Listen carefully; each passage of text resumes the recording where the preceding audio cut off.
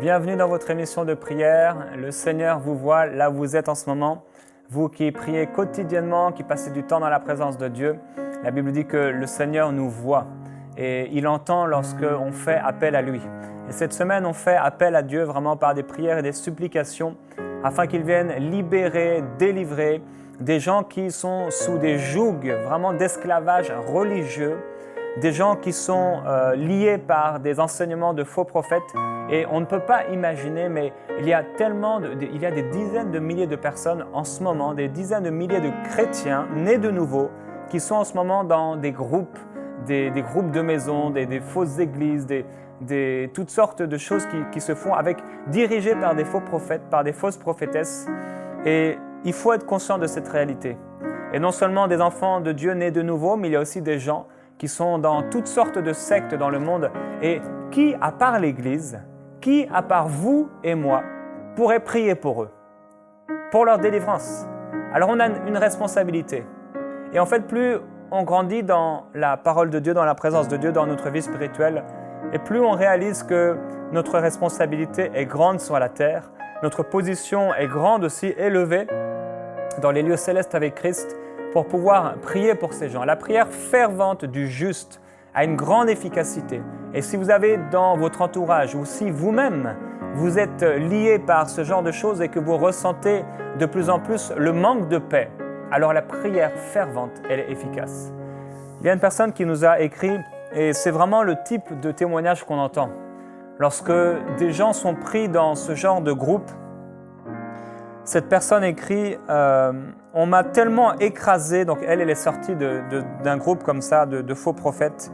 « On m'a tellement écrasé et culpabilisé que suite à cela, je me suis encore plus enfoncé.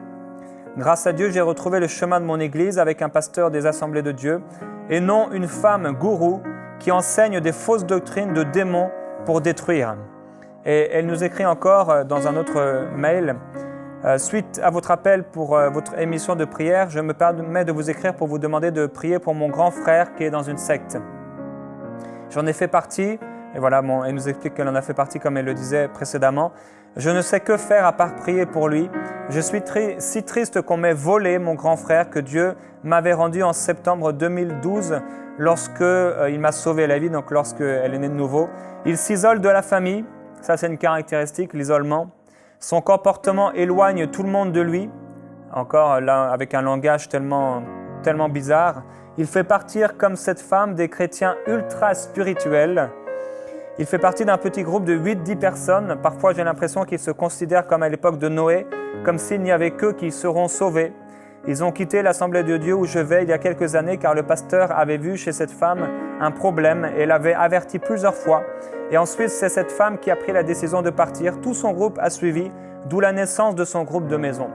Et il y a tellement de groupes, de maisons qui naissent de la division.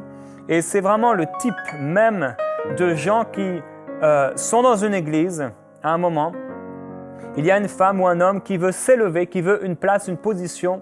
Et le pasteur commence à le recadrer par rapport à certaines doctrines, certaines choses qui ne vont pas dans sa vie. Et la personne commence à s'élever, à quitter ce groupe et à prendre d'autres personnes avec elle. C'est ce que la Bible appelle un loup. Et Jésus, rappelez-vous ce qu'il disait dans Matthieu 7,15, « Gardez-vous des faux prophètes parce qu'ils viennent au-devant de vous avec des vêtements de brebis, mais au-dedans, ce sont des loups ravisseurs. » Qu'est-ce qu'il fait un loup? Qu'est-ce que fait un loup dans un troupeau? Le loup vient dans le troupeau, il prend des brebis, il les égorge ou alors il les prend et il les amène ailleurs pour les égorger ailleurs. Il les détruit. C'est comme ça que fait un loup. Il vient dans une église, il vient quelque part, il vous prend et il vous amène ailleurs pour vous mettre sous son joug. On ne se parle plus donc avec son frère car cette femme tient un groupe de maison et elle tient tous les gens sous son joug. Et si nous ne sommes pas d'accord avec elle, alors elle fait en sorte d'éloigner son groupe de toute autre personne, de toutes ces personnes.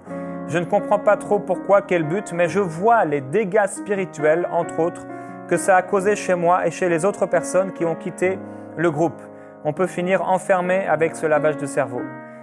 Et effectivement, parfois, on voit des gens et on discerne, on entend ce qu'ils disent, on entend ce qu'ils enseignent et ça paraît être bien. Peut-être vous avez écouté des enseignements sur Internet, vous avez vu des choses et parfois ce n'est pas vraiment des enseignements, Parfois, on vous fait l'autobiographie d'un serviteur de Dieu et la personne, le faux prophète, va complètement dégommer, critiquer ce serviteur de Dieu. Eh bien, c'est ce qui se fait souvent, mais lorsqu'on entend ce genre de personnes, derrière ces airs de sainteté, de pureté, de recherche de la justice de Dieu, vous savez, ils se prennent pour des oraux spirituels, voulant ramener la justice de Dieu sur la terre, comme si c'était de leur pouvoir de critiquer des gens. En tout cas, ils ont tellement de façons de faire. Mais quand on les entend, quand on les écoute, on discerne que quelque chose ne va pas. Il y a des sites internet en ce moment qui sont dédiés à la critique de ministères.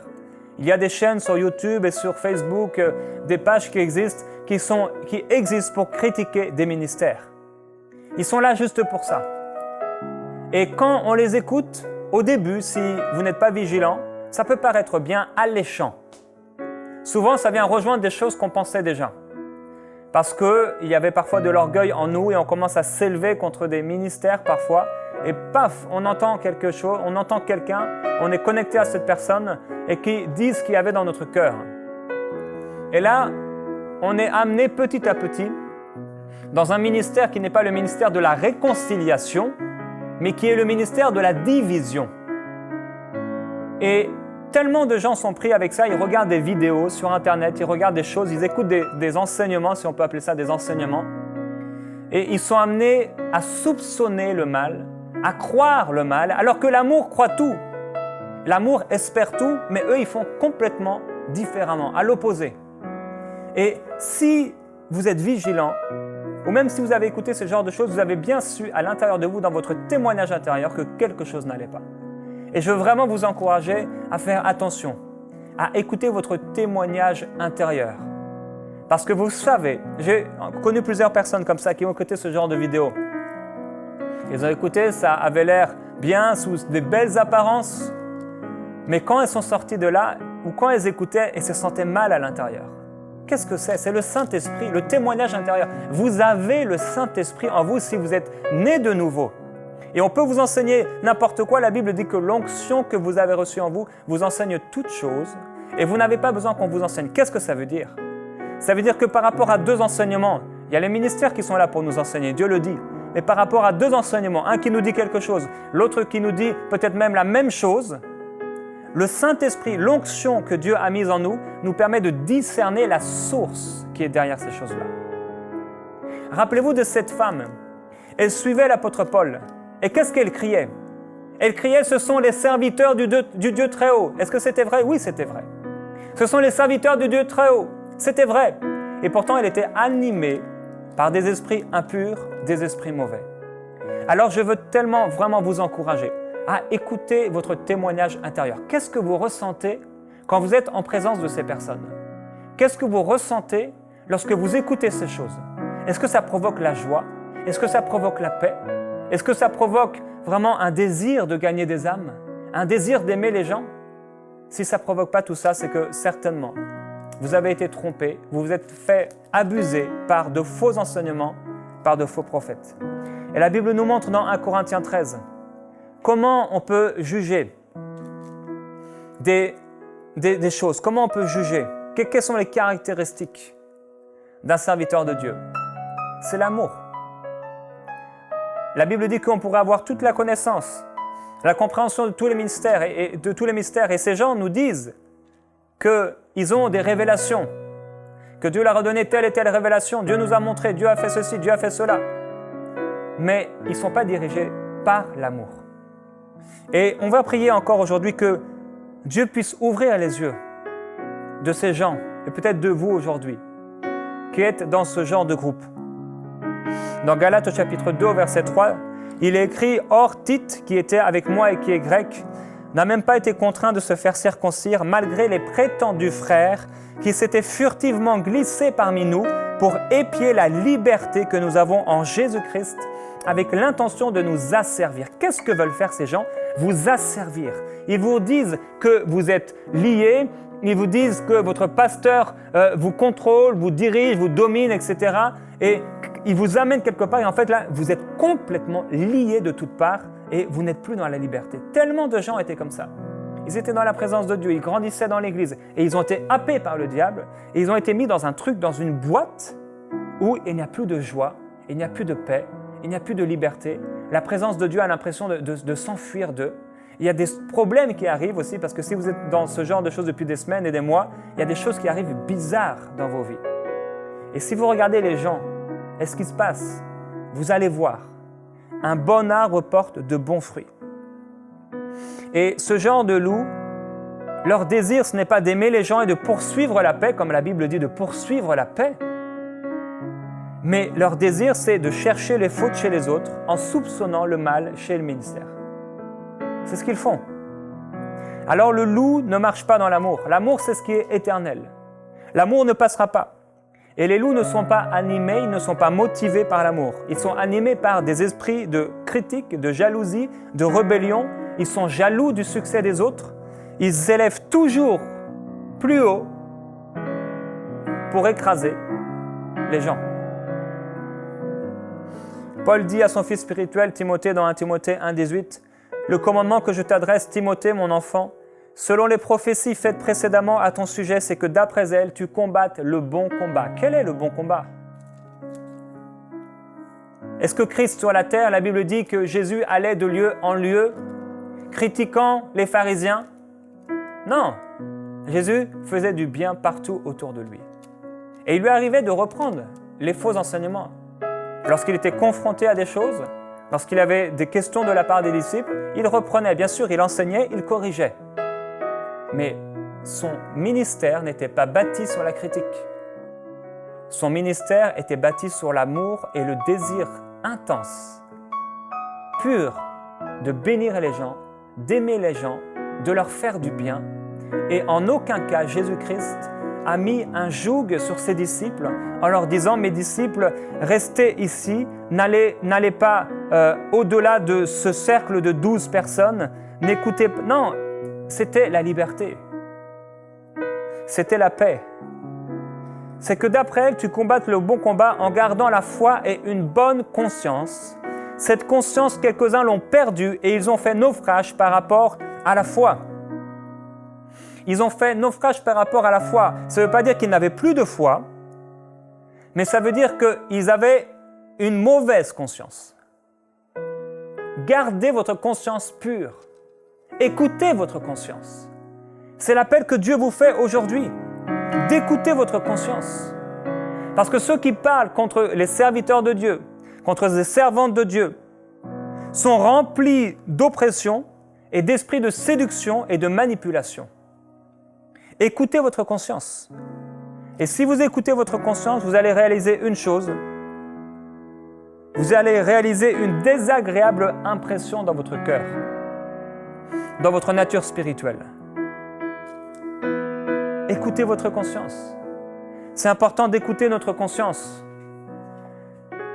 Et dans la prière, d'écouter ce que le Saint-Esprit veut compris. Le Saint-Esprit nous dirige dans la prière. Et je veux vous encourager aujourd'hui dans votre prière personnelle, dans vos temps de prière avec le Seigneur, dans sa présence, à vous laisser diriger par le Saint-Esprit. Des fois, on est tellement... On a notre façon de prier, on a nos minutes déjà qui sont comptées, on a nos sujets qui sont là, et on empêche le Saint-Esprit d'agir comme un prédicateur, s'il ne faisait que de lire son texte sans se laisser diriger par le Saint-Esprit.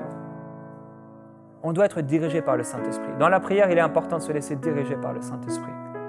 Et pendant ce temps, je veux vous encourager.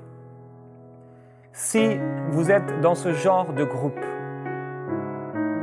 de critique, de calomnie, vraiment écoutez votre cœur. Je ne peux pas vous convaincre, un homme ne peut pas vous convaincre, mais votre conscience peut vous convaincre. Écoutez votre cœur simplement maintenant et voyez si vous êtes sur une bonne voie. Est-ce que vraiment vous marchez dans l'amour? Est-ce que vous aimez vos frères? Ou est-ce que vous haïssez? Est-ce que vous êtes dans l'amour? Est-ce que vous aimez le monde? Est-ce que vous aimez les gens de ce monde? Est-ce que vous seriez comme Jésus qui s'asseyait au milieu des pécheurs et des gens de mauvaise vie? Est-ce que vous, comme Jésus, alliez au lieu de prière, la synagogue, et il était là? Et il écoutait, et il enseignait. Ou est-ce que vous êtes isolés, loin de tout? Frères et sœurs, j'aimerais qu'on prie pour tous ceux qui ont été isolés. Tous ceux comme ce frère dont nous a parlé cette femme, qui a été isolé de sa famille spirituelle, de sa famille, et qui est aujourd'hui sous cette servitude, ce joug de l'ennemi. Prions, frères et sœurs, prions de tout notre cœur. Père, nous te demandons de lever le voile. Le voile est ôté en Jésus-Christ. Et lorsque le voile est ôté, c'est la liberté. Lorsque le voile de méchanceté, d'impureté, de division, lorsque le voile de division est ôté, c'est la liberté glorieuse. Et nous appelons cette liberté pour tous ceux qui sont asservis dans des groupes de maisons, dans des rassemblements d'hommes et de femmes qui rejettent l'Église, ou comme ils appellent parfois les églises de bâtiment.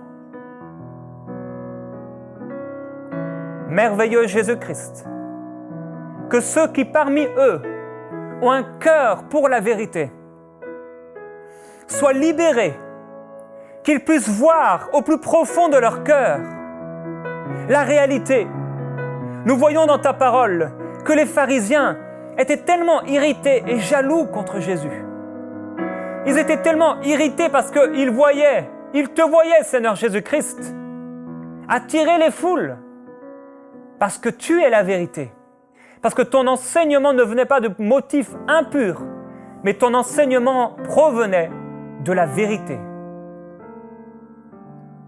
Et à cause de cette vérité, tu t'es manifesté. À cause de cette vérité, beaucoup se sont rejoints. Beaucoup t'ont rejoint.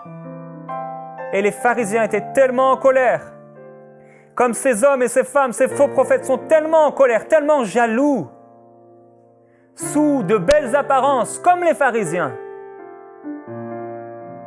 sous la piété de longues prières. Glorieux Jésus-Christ, toi seul peux libérer ceux qui ont l'amour pour la vérité. Toi seul peux libérer ceux qui ont un amour pour ce qui est vrai, pour ce qui est pur. Père, je prie que tu révèles à toutes ces personnes ton amour, la fondation de ton royaume. La fondation de ton royaume, l'amour. Et ta parole le montre, que l'amour est le plus grand des commandements. Père, nous voulons aimer. Et je te prie pour ce frère et pour toutes ces personnes qui ont été happés alors qu'ils étaient dans leur église locale, en train de grandir. Et au bout d'un moment, ils ont cru des mensonges. Au bout d'un moment, ils ont été frustrés. Et quand ils ont été frustrés, ils ont été amenés dans des voies de perdition. Et aujourd'hui, ils sont dans des groupes comme ça, ils ne s'épanouissent pas. Père, je prie que tu les retires de là. Je prie que ta main puissante, que ton bras s'étende pour libérer ces gens. Montre-leur la vérité. Toi, l'esprit de vérité, révèle-toi à eux, parle dans leur cœur, parle dans leur esprit. Que tous ceux qui sont sous ce joug de la servitude puissent voir ta gloire. Et Seigneur, ce sera tellement glorieux d'entendre et de voir toutes ces personnes revenir à toi. Nous prions, Père Céleste, en tant que ton corps, ensemble, avec mes frères et mes sœurs du monde entier, ensemble pour ces personnes qui, dans notre entourage, se sont fait avoir, se sont fait rouler ont été isolés et suivent ces faux prophètes qui, derrière de belles apparences, séduisent des foules. Glorieux Jésus-Christ, toi seul peux le faire. Viens ôter le voile. Que ton onction descende sur eux. Que ta présence descende sur eux. Ta présence de vérité, qu'une huile de vérité vienne sur eux. Qu'une huile de vérité coule sur eux. Qu'un esprit de révélation les illumine. Illumine leur cœur et les amène dans la vérité. Glorieux Jésus-Christ, tu es la vérité. Tu es le chemin, la vérité et la vie. Et nous prions qu'ils puissent entrer sur ce chemin, qu'ils puissent découvrir la vérité de ta parole et qu'ils puissent avoir une vie abondante. Tu as promis, précieux Père, à travers la bouche de Jésus-Christ, la vie et la vie en abondance. Et nous voulons que toutes ces personnes puissent sortir de là, puissent sortir de ce filet de l'oiseleur et qu'ils soient libérés, que leurs pensées soient guéries. Nous voulons prier, Père Céleste, pour ces personnes qui ont quitté ces groupes et qui se retrouvent aujourd'hui sans église locale, sans famille spirituelle. Est-ce que, frères et sœurs, vous pourriez prier pour ces gens qui se trouvent aujourd'hui isolés, loin de la famille de Dieu? Père, nous voulons prier pour eux. Et nous te demandons la guérison dans leur cœur. Ils ont tellement été amenés dans l'erreur qu'ils n'arrivent plus à faire confiance aux serviteurs que tu envoies. Ils n'arrivent plus à faire confiance aux églises. Ils n'arrivent plus à faire confiance aux pasteurs. Et alors ils sont isolés, ils se nourrissent sur Internet. Ils se nourrissent de certains livres. Et leur vie de prière est fade. Père, envoie ta gloire sur eux maintenant, s'il te plaît. Que ta puissance descende sur tous ceux qui écoutent et qui sont dans ce cas. Tous ceux qui se sont isolés, ayant été dans ce genre de groupe, où on leur a raconté n'importe quoi, on leur a fait vivre n'importe quoi, ils ont entendu n'importe quoi, et à cause de cela, ils ne peuvent plus faire confiance. Illumine leur cœur, précieux Père. Que ta lumière jaillisse dans leur esprit. Qu'une lumière vraiment descende en eux et dans leur intelligence. Je parle la guérison. Je proclame la guérison sur vous. Je déclare la gloire de Jésus-Christ sur vous, dans vos pensées. La guérison par le Saint-Esprit.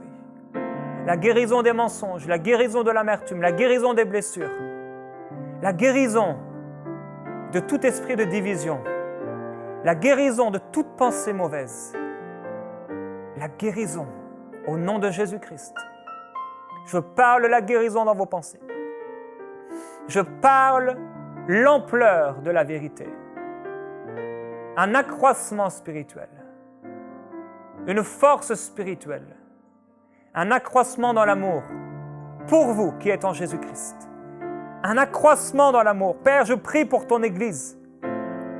Que l'Église puisse grandir dans l'amour. Que chaque partie puisse grandir dans la mesure qui est la sienne, dans la mesure qui lui convient. Père, je prie que chaque personne puisse être satisfait à l'endroit où il se trouve, à l'endroit où tu l'as placé, et que personne, par orgueil, par jalousie, ne s'élève pour diviser, ne s'élève pour régner, ne s'élève pour ravir tes brebis, mais que la paix de Christ soit sur les églises. Père, je proclame ta paix sur les églises, l'inspiration du Saint-Esprit pour tes serviteurs et tes servantes, pour les bergers selon ton cœur. Je prie qu'ils soient inspirés pour ne pas inviter n'importe qui, l'homme à la mode, tel prophète à la mode, tel apôtre à la mode, mais qu'ils soient inspirés par le Saint-Esprit, non pas par des désirs de faire grandir leur Église, mais par des motivations pures, saintes et justes. Glorieux Père, nous prions pour toutes les églises qui sont en ce moment en division. Et il y en a beaucoup dans la francophonie. Nous prions la paix et l'unité parce que c'est ta parfaite volonté. La paix et l'unité de la foi. C'est alors que lorsque nous serons dans l'unité de la foi que tu reviendras. Je prie, Père, pour l'unité de la foi. L'unité de la foi dans le corps de Christ. Qu'au nom de Jésus-Christ, les rebelles se taisent. Qu'au nom de Jésus, les loups ravisseurs s'enfuient. Qu'ils quittent ces églises et qu'ils se repentent, qu'ils soient transformés, qu'ils changent de vie, qu'ils reviennent à la vérité, à ce qui est vraiment juste, à ce qui est vraiment pur, à ce qui est vraiment saint, à ce qui est vraiment approuvé par toi, à ce qui est vraiment dans l'amour.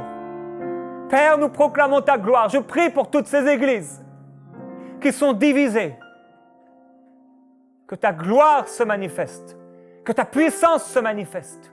Tu nous as donné l'autorité dans la prière de prier pour de grandes choses. Et Père, je fais appel à toi, par le Saint-Esprit de Dieu. Viens transformer les vies, viens changer les vies. Au nom de Jésus-Christ, viens toucher ces églises, viens toucher ces pasteurs qui pleurent et qui ne savent plus comment faire, qui ne savent plus quoi faire à cause de ces esprits impurs, ces esprits de séduction et de manipulation. Que le Saint-Esprit de Dieu règne dans les églises de Dieu. Que le Saint-Esprit de Dieu, l'Esprit de la vérité, l'Esprit d'amour se manifeste pleinement, qu'il prenne toute la place, qu'il prenne toute la gloire. Au nom de Jésus-Christ, Père Céleste, nous parlons l'accroissement de ton royaume, l'accroissement de ton peuple, l'accroissement de ton royaume à travers tes églises, à travers l'église que tu bâtis. Glorieux Père, nous parlons ta gloire, nous parlons ta présence, nous déclarons la puissance du Saint-Esprit. Nous déclarons ton amour, nous parlons ton amour. Que l'amour triomphe du mal, que l'amour triomphe du mensonge, que l'amour triomphe de ces loups ravisseurs. Nous déclarons qu'en Jésus-Christ, nous sommes plus que vainqueurs par celui qui nous a aimés. Alléluia. Envoyez-nous vos sujets de prière à prière@enseigne-moi.com.